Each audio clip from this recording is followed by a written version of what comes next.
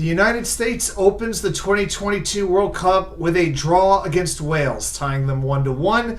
What does this mean for the future of the U.S. World Cup? Did they blow their opportunity? Let's talk about it.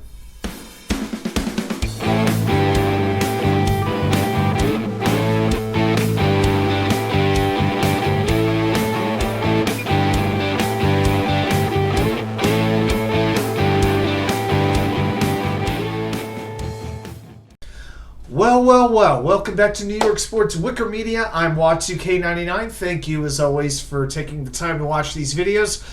So, I am not the hugest soccer fan in the world. I don't have a club team. I never really have. But I do get into it a little bit when nations get involved, especially the CONCACAF events, when the World Cup happens and the U.S. is in it. I always get very into that. So I decided to take a half day off from work and drive down to Virginia Beach, down to Shore Break, to hang out with the American Outlaws group and watch the U.S. versus Wales game today. And you couldn't even get a seat. The place was completely packed. I would say there were at least 200 USA soccer fans in the building. It was really awesome to see that kind of turnout and that much enthusiasm. And here's what I got to say. Now, I'm not the type of guy who's going to break down soccer technically like I can for football or baseball or even hockey. But I can tell you this. One thing that I knew going into this game, the U.S. had a very attacking mindset. They're very young. Wales would be content to sort of sit back, play good defense and try to counter. And this game was a tale of two halves. That first half, you saw exactly that. The United States dominating possession, getting the best opportunities. They controlled 66% of the time of possession. To give you a football comparison, the USA was like the Patriots and Wales was like the Jets. Dominating time of possession, but not scoring. But then in the, I believe it was around the 40th minute, it was pretty late into the first half when timothyweah scores the opening goal on a beautiful feed from Christian Pulisic. And I was feeling really good at halftime. Really, really good. I knew that Wales would have to come back. They'd play a little bit more aggressive and a little bit more desperate.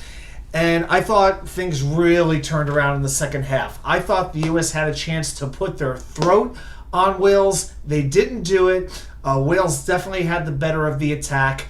You could see some of the Americans starting to tire midway through the second half, particularly Weston McKennie at midfield. He had to be pulled.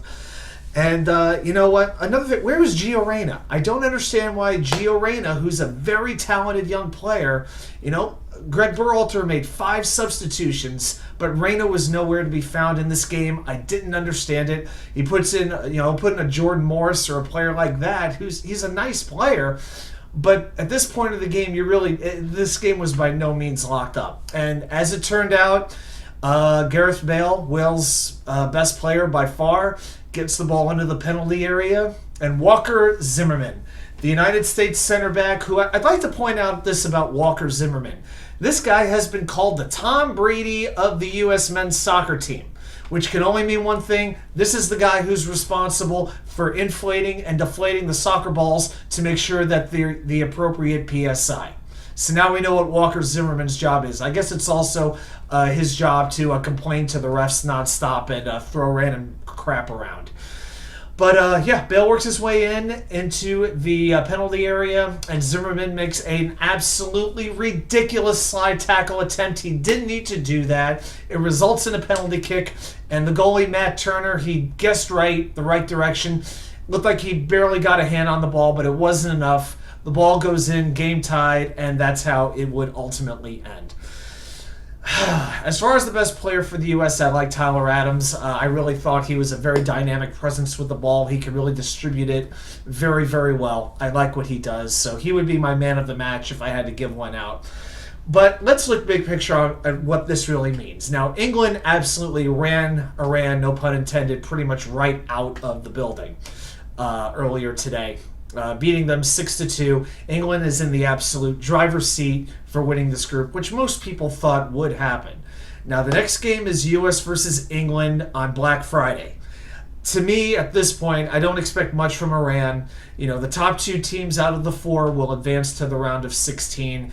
To me, the USA has to not only beat Iran, but they have to at least get a result against England. They have to at least get a draw to get that 1 point, and then it might just come down to goal differential.